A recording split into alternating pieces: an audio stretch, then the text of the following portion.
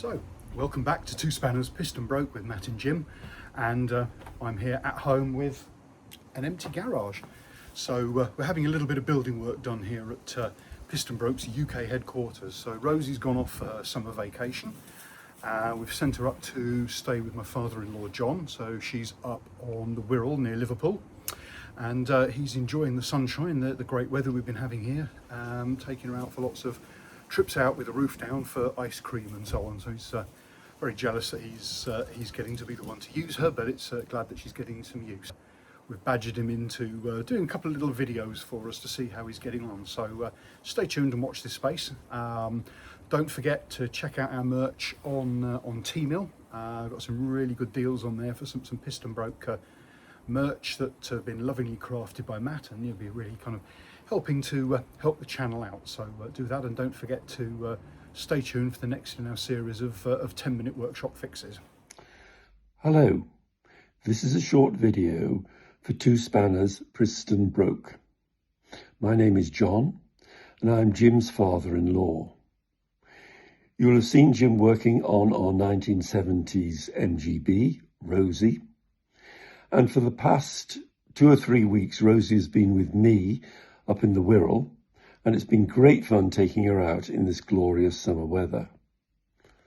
However, as always happens with classic cars, little things go wrong, and this week the ignition switch has become loose in the dashboard. This means it's difficult to start the engine or turn the engine off. And of course, there is a danger that wires could get broken or there could be a short circuit.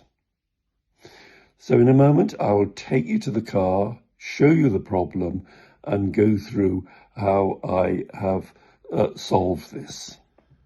So here we are in Rosie, and here is the dashboard, and you can see that the whole barrel is turning round and is unusable while it is like this. The actual ignition switch has a slotted bezel at the front, and then behind there is a brass nut that keeps it tight against the dashboard, so the slotted bezel can be tightened up at the front and keep it all secure. In order to fix this, we've got to get behind the dashboard, and obviously we don't want to take that out. And the way that I'm going to do that is to use the speaker cabinet, which is below the dashboard, which is held on by a couple of screws. Take that out, and then I can get my hand up, hopefully behind the dashboard. So I'll be back in a minute when I've taken that off. Right, I've now removed the screws, and this just comes off easily.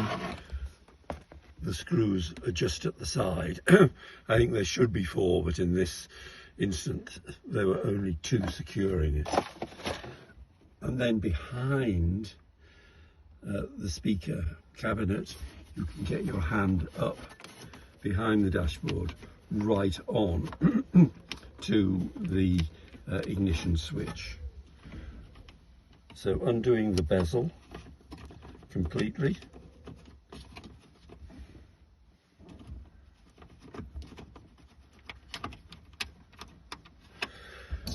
and now before we do anything else, we must disconnect the electrics.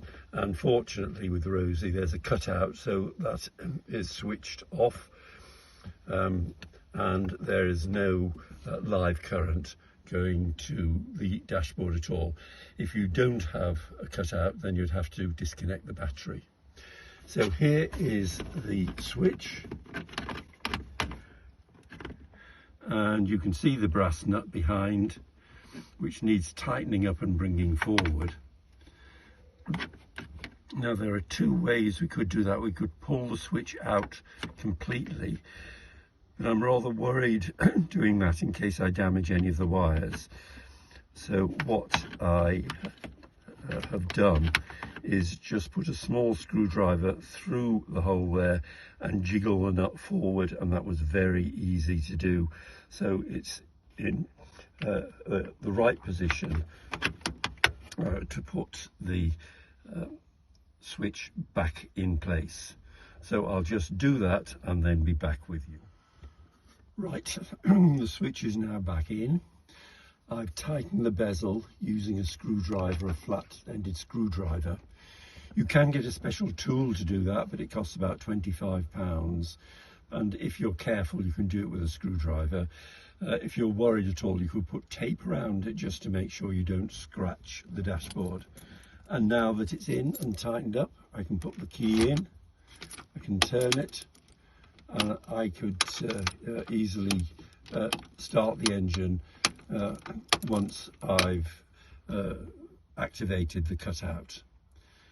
Okay, and now all that I've got to do is put the surround back in for the speaker, and the job is completely done.